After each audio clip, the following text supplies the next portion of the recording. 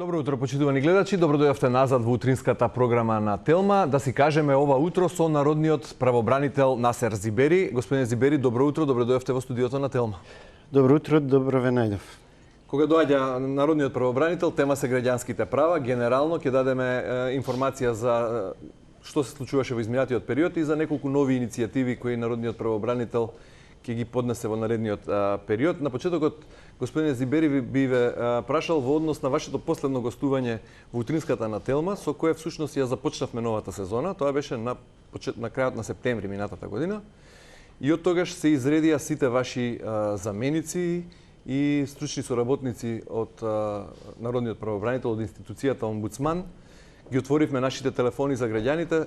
Би ве прашал каков е ефектот од гостувањето на вашето и на вашите заменици и отворените линии со граѓаните, дали јакне свеста и дали се зголеми бројот на обраќања на граѓаните во институцијата Народен правобранител, како би да им помогнете во спорот со надлежните институции?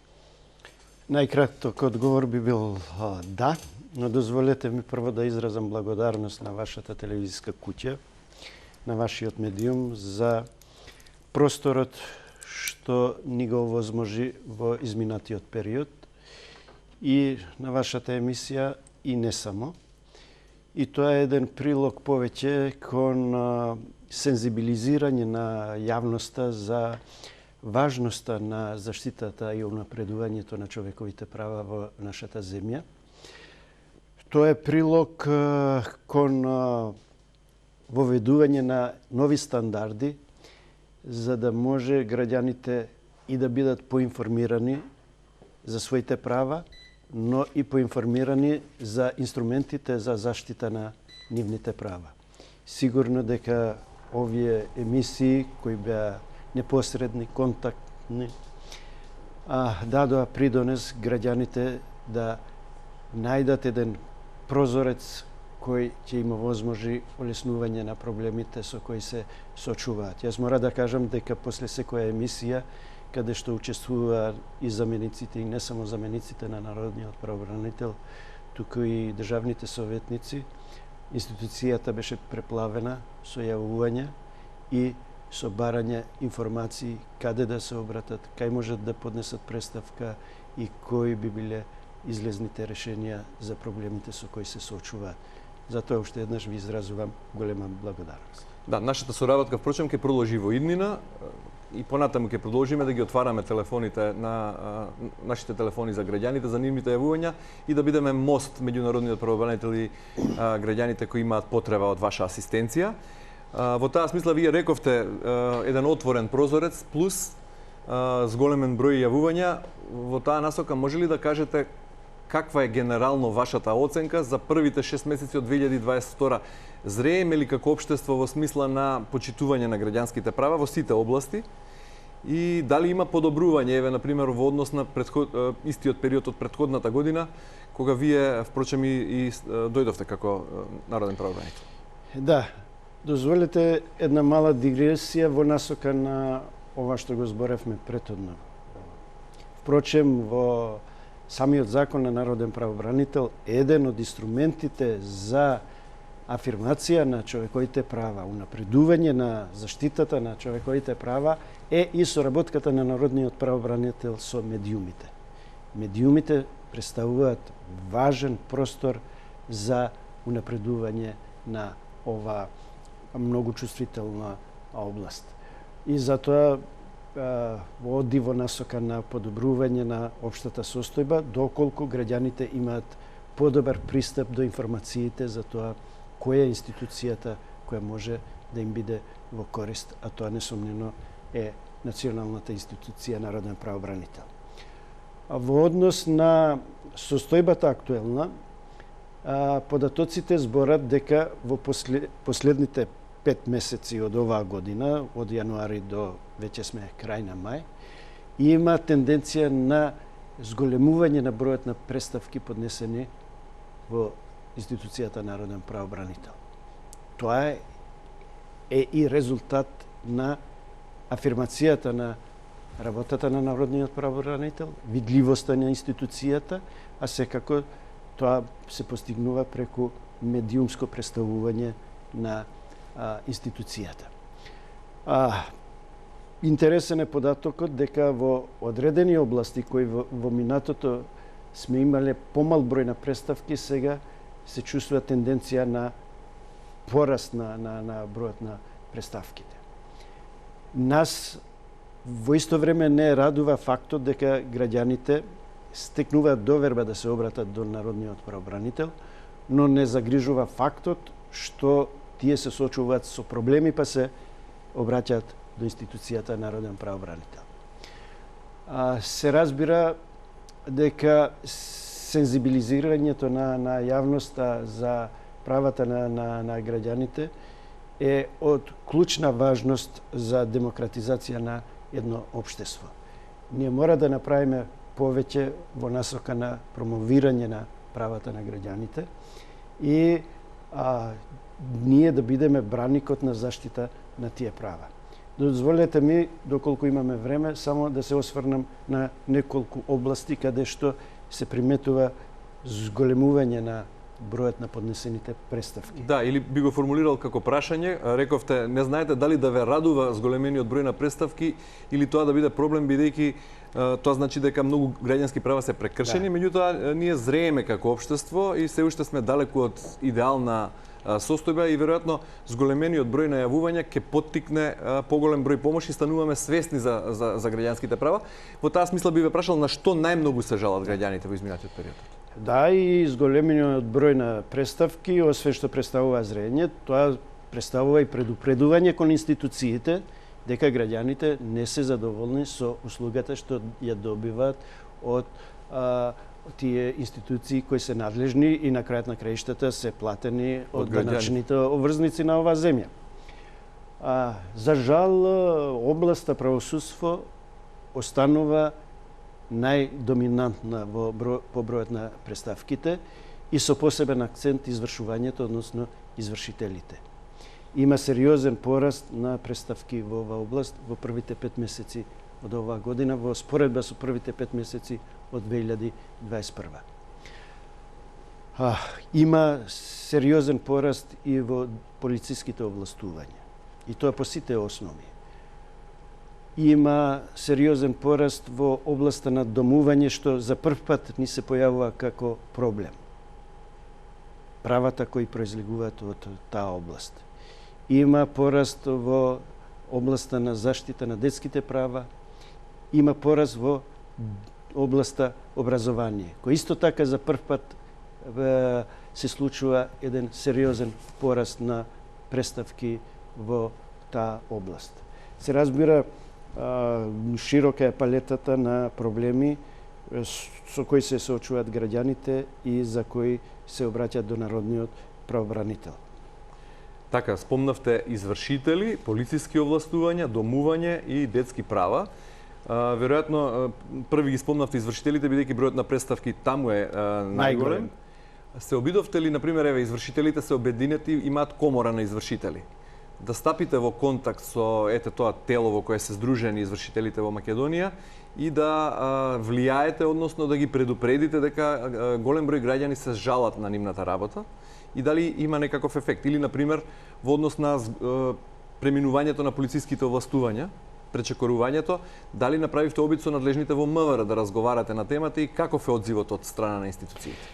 Во однос на извршувањето и извршителите, да, точно е дека они се организирани во комора на извршители и ние често пати граѓаните, освен што постапуваме по нивните преставки и ги поучуваме за понатамошно превземање на мерки и надвор од институцијата Народен правобранител, односно поднесување на преставки до комората, која има соодветна комисија за постапување по преставките.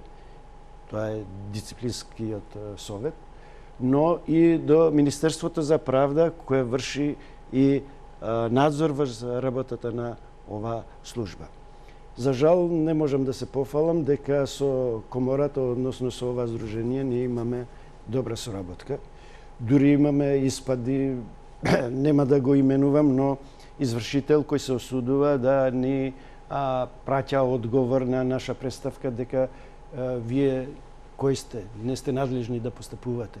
Заборавајќи при тоа дека извршителот е извршител на една јавна служба, кој е овластен од страна на државата да врши извршување. А тоа е непосредна надлежност на народниот правобранител према органите на управата и другите служби кои вршат јавни овластувања. Како реагирате во таква ситуација кога ете некој ви собраќа и ви вели кој сте вие да реагирате, да се мешате во работата? Да, и конкретно према конкретниот извршител презедовме 3 иницијативи. Прво, ја продолжуваме нашата постапка со укажување дека тој врши повреда на законите и таа повреда значи попречување на работата на народниот правобранител, кој според одредбите на законот може да подвлекува и казнени мерки, прекршочни и други казни. Второ, упативме едно писмо со укажување и предување до Комората на извршителите за односот на одредени извршители во делот на соработката со народниот правобранител. И едно укажување до Министерството за правда како надлежна институција, односно орган на управа кој ги дава таквите овластувања со именувањето на извршители. Добивте одговор од Комората и од Министерството за правда? Во однос на конкретниот случај? Не, тоа беше пред недела дена кога го добивме, значи таквото известување на извршителот, значи, кој одбива да соработува и на некој начин се оградува со оспорување на надлежностите на народниот правобранител, што е надвор од секаква логика и правни прописи на оваа земја. Значи случајот е актуелен се уште. Во однос на МВР, имавте ли обид со нив да разговарате во однос на прекршувањето на полициските овластувања? Да, заменикот кој го ја покрива областа внатрешни работи и не само внатрешни работи, туку и други органи како што се безбедносните служби, Агенцијата за национална безбедност, Агенцијата за разузнавање и други тела. Имаше неколку средби со овие институции во обид да се подобри соработката. И со Министерството за внатрешни работи постигнавме солидни резултати во насока на одговори, давање одговори, соработка, информации и конечно постапување по препораките на народниот правобранител за надминување на проблемите, но со Агенцијата за национална безбедност и покрај средбите што моите служби ги има и лично со директорот на агенцијата, за жал соработката не се подобри, дури и се влоши. И затоа ние спремивме еден посебен извештај до владата како непосредно надлежен орган кој го именува директорот на агенцијата, со кој укажавме дека со непостапување на агенцијата по барањата на народниот правобранител истиот орган ја попречува работата на народниот правобранител и побаравме превземање мерки од страна на владата како надлежен орган. Доколку и владата не презеде такви мерки, јас ќе морам да го известам собранието како орган кој врши политичка контрола врз владата. Би оделе повеќе во детали во однос на спорот со Агенцијата за национална безбедност, за што станува збор? Да, нема да кријам дека по неколку наши обраќања агенцијата одбива да дава информации по предметите за кои ние постапуваме, а да не заборавиме дека во Законот за Агенцијата за национална безбедност орган кој врши надзор за работата на оваа институција е и народниот правобранител. Се разбира во области за заштита на човековите слободи и права. До која смисла не сте задоволни од нивниот однос кон... Прво, не одговарат на повеќе барања. Не во смисла на комуникацијата. Зашто се жалат граѓаните во однос на работата на Агенцијата на национална безбедност? Имаме представки во однос на повреда на правата од областа на работен однос на лица вработени во самата агенција. Имаме представки во однос на добивање на соодветен одговор до Министерство за внатрешни работи по однос на доделување на безбедносни сертификати, во однос на барање за стекнување на државјанства. Значи, во овие области Агенцијата за национална безбедност во последно време го изгуби сенсот на соработка и давање информации до народниот правобранител, при тоа заштитејќи ги сите елементи кои самиот закон за Агенцијата за национална безбедност ги дава, а ние сме многу внимателни во таа насока. Но тоа не сме во ниеден момент да значи несоработка и недавање соодветни одговори од страна на оваа институција, дури и одбивање на давање одговори. Господин Зибери, пред да ве прашам за иницијативите кои ги поднесовте веќе или кои имате намера во наредниот период да ги поднесете, да го заокружиме ова прашање во однос на соработката со институциите, односно еве комората на извршители како надлежна за извршителите и Министерството за правда како орган кој е надлежен за нив и Министерството за внатрешни работи, рековте различна е оценката од соработката, генерална оценка за одзивот на институциите по ваша реакција во однос на некоја граѓанска представка. Зреат ли институциите и нивните раководители во таа смисла, сватија ли која е улогата на народниот правобранител и дали одговараат на вашите повици? Мене ме радува фактот што владата во последно време по нашите укажувања за несоработка на институциите реагира навреме. Но не ме задоволува начинот на кој владата постапува. Често пати не известува дека упатено е барање до надлежната институција, чекаме одговор институцијата да образложи зошто не постапила или ако постапила, но не квалитетен одговор дала или само формален одговор, тоа представува веќе проблем. Сметам дека владата посериозно треба да се занимава со овие прашања.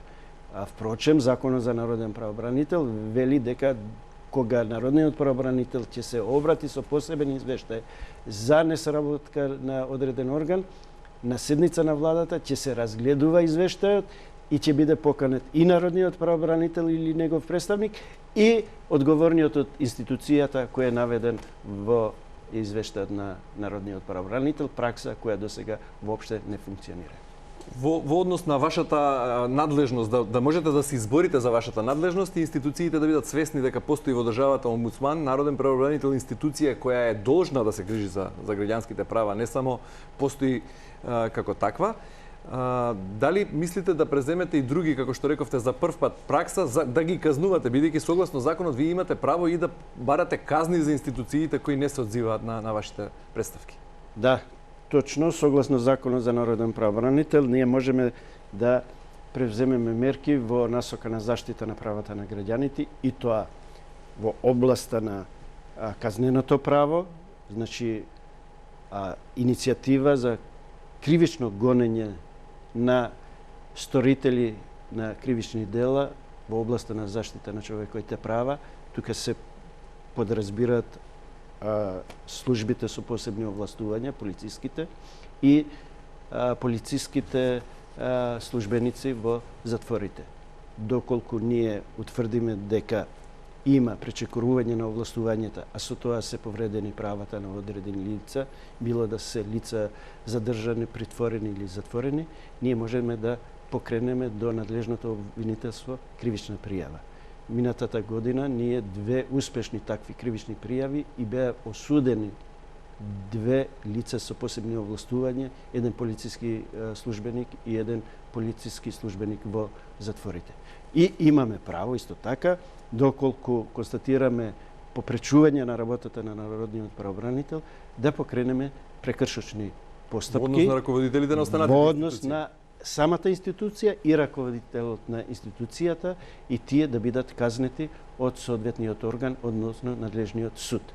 За жал во минатото ова институцијата народен правобранител и покај постојаните констатации дека има попречување на работата на народниот правобранител, не е употребен овој инструмент.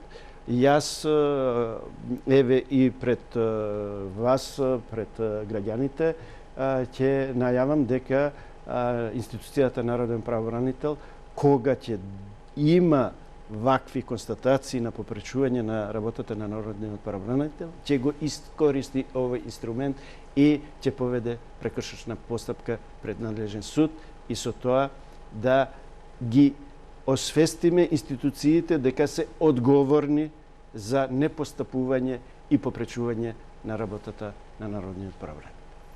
Испомнавме полициските службеници во затворите. Вие како народен правобранител постојано во повеќе наврати сте укажувале на лошата состојба во затворите, особено со акцент на здравствената заштита во затворите и притворските оддели. Дали има подобрување во таа насока во состојбата на затворите во Македонија генерално или повторно стоиме во место и на ова поле? Во одредени сегменти има подобрување, во одредени сегменти има стагнација, но во одредени дури има и влошување. Ние затворите ги наблюдуваме од два аспекта, од превентивен и од заштита.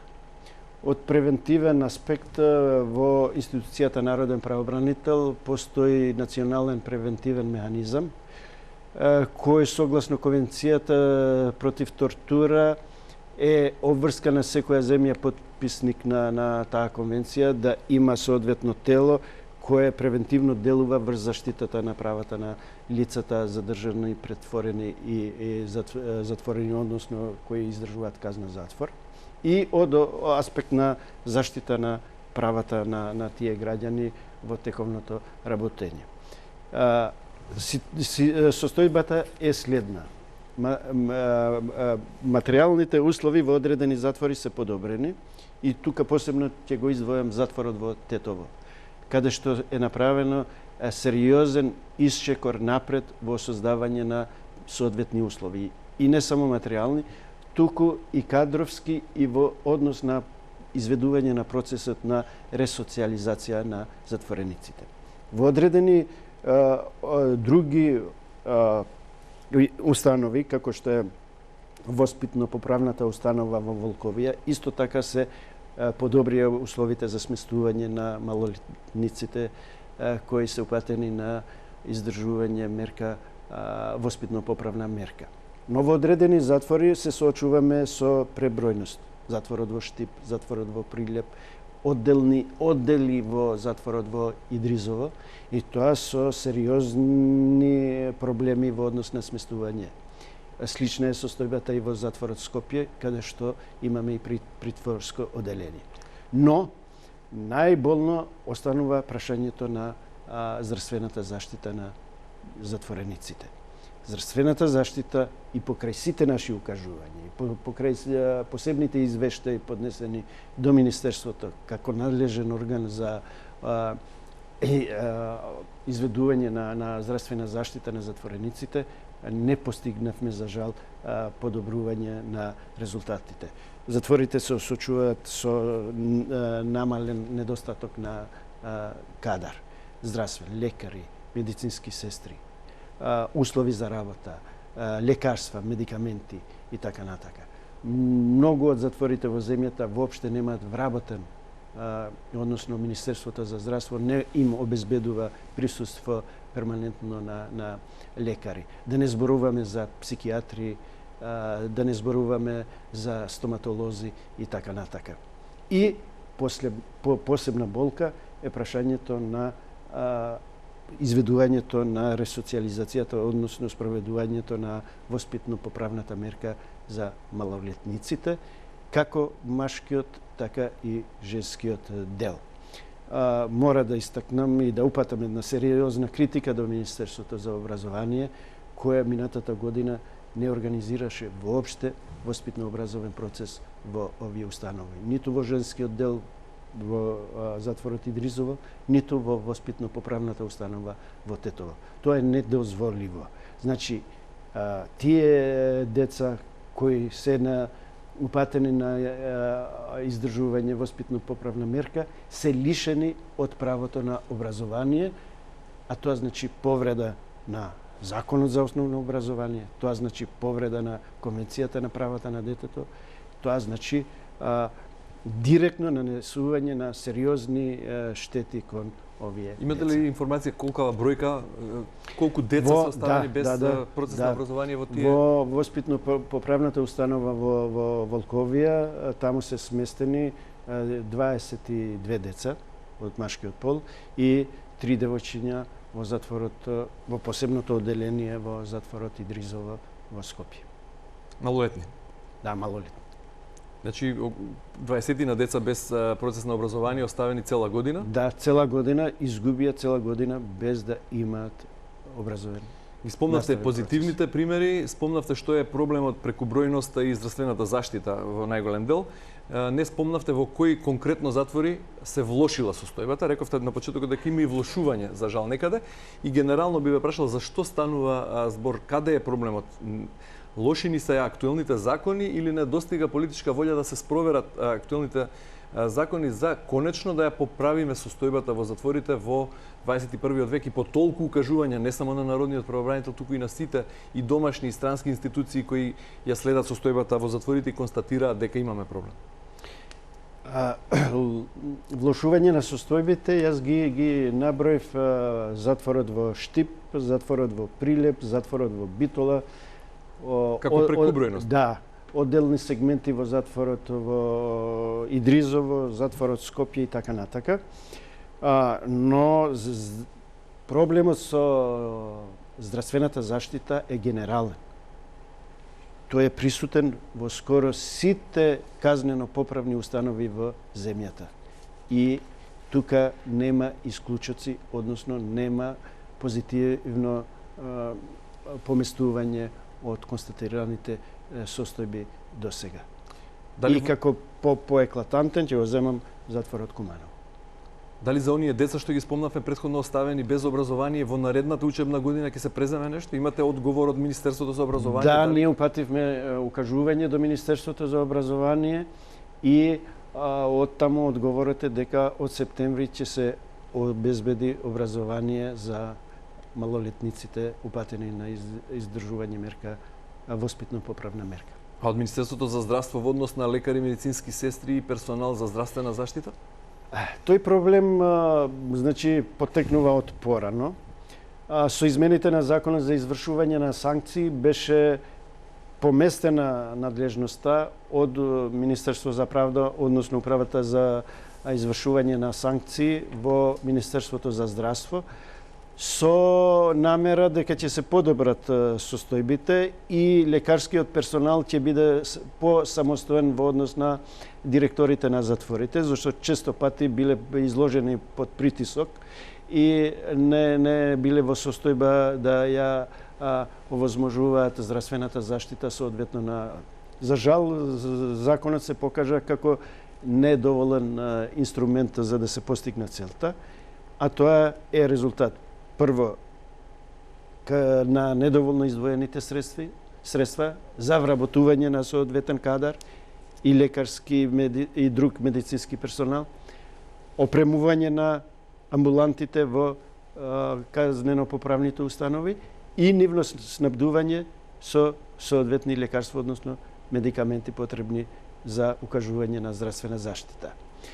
Но мислам дека дел од проблемот кој е присутен е и како резултат на недоволно посветеното внимание на раководството на ова министерство во континуитет последните години. Скокнавме на тема затвори и лошата состојба таму. Ве прекинав претходно, почнавте да ја елаборирате, веројатно сакате да кажете дека има и позитивни примери по однос на некоја ваша иницијатива.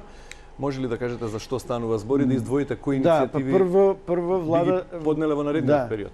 Прво владата усвои стратегија за подобрување на пенитенцијарниот систем во државата. Таа стратегија предвидува сериозни чекори во насока на подобрување на условите во нашите затвори. Предвидува соодветно екипирање на воспитно педагошкиот и другиот кадар во установите кои се занимаваат со воспитување и ресоциализација на штетениците, но за жал се уште не е формирана и екипата која ќе надгледува спроведување на стратегијата. Во септември ќе почнеме една иницијатива за изведување на едукативни и други процеси со кадарот кој ги спроведува санкциите во затворите и во соработка со Управата за извршување на санкции народниот правобранител ќе учествува по сите затвори каде што ќе дава соодветни насоки за постапување со затворениците.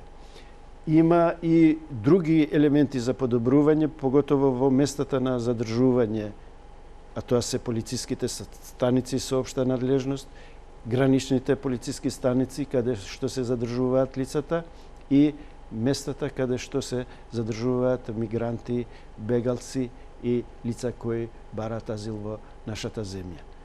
Се разбира, има простор многу тука за подобрување, поготово во насока на создавање соодветни услови за докажување и оправдување на мерката задржување. Ние имаме феномен кој апсолутно е неприфатлив и надвор од сите меѓународни стандарди, да сите задржани лица во овие центри, како што е Винојуг, Гевгелија или Табановце, да за ниту еден задржан мигрант нема соодветен правен акт за покривање на задржување на овие лица. Утре тие лица може пред меѓународните судови да покренуваат постапка за бесправно задржување или лишување од слобода. И да не отварам и многу други проблеми. Да, следниот месец е денот кога се одбележува меѓународниот ден за заштита на жртвите од тортура. Вие подготвувате извештај за тоа, што ќе биде содржано во него? Националниот превентивен механизам, како што реков, е посебен тим кој се занимава со превенција од тортура, односно со мониторирање на местата на лишување од слобода на граѓани, и тоа почнувајќи од полициските станици, завршувајќи со казнено-поправните установи. Тој извештај всушност е и обврска на нашата земја, кој произлегува од Меѓународната конвенција за против тортура, и ние треба да го известиме надлежниот комитет за против тортура во Обединетите нации со состојбите во нашата земја во оваа област. Се разбира, во тој извештај се нотирани сите проблеми и сите мерки кои државата ги превземе во текот на минатата година.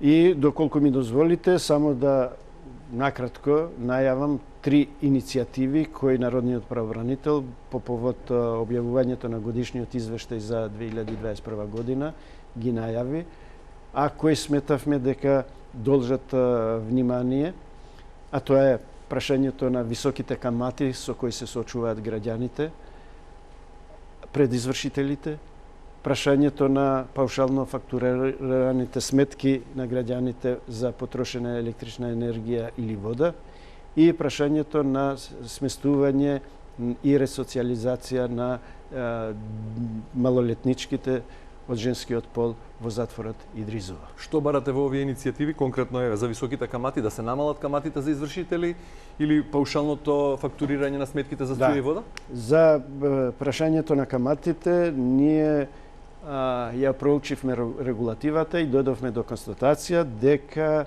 за жал законодавецот не ја има лимитирано законски казнената камата, а тоа значи дека истата расте до целосно подмирување на обврските на граѓаните кон доверителите. А тоа значи на некој начин граѓаните со пониски примања да ги претворите во доживотни должници према доверителите. Затоа бараме собранието да донесе измени во Закон за облигациони односи и како што ја лимитираше договорната камата, да ја лимитира и законската камата, и тоа до висина на основицата на долгот кој должникот ја има према доверителот, а со тоа мислам дека ќе придонесеме на граѓаните да се ослободат од должничкиот однос кој перманентно го имаат заради неможноста финансиска да ги подмируваат нивните долгови. Значи каматата мора да биде лимитирана. Во однос на сметките Во однос на паушалните сметки, ние утврдивме дека голем број на представки до народниот правобранител доаѓаат како резултат на износот на фактурираната сметка и често пати се утврдува дека тој е нереален, дека граѓаните ја немаат потрошена таа електрична енергија која им е фактурирана со сметката како резултат на нечитање на струјамерите. Бидејќи според регулативата операторите имале обврска еднаш годишно да ги читат струјамерите.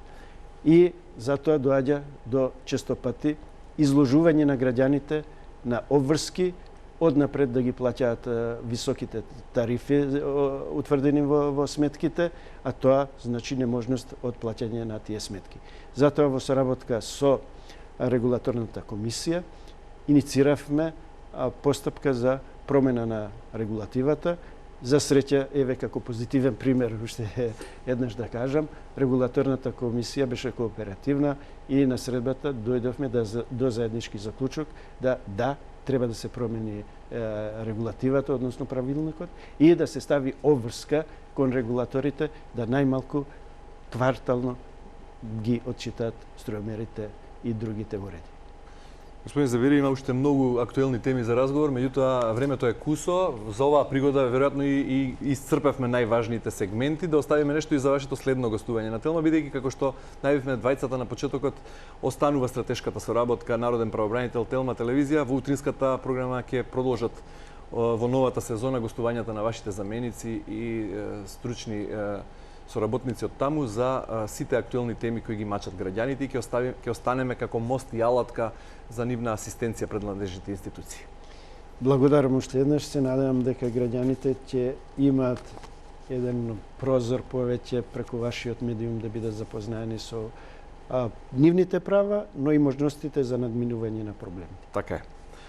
Почитувани гледачи, вам ви благодарам за вниманието со кое не следите. Останете на Телма, кус преглед на најважните настани ова утро, па продолжуваме со редовните содржини.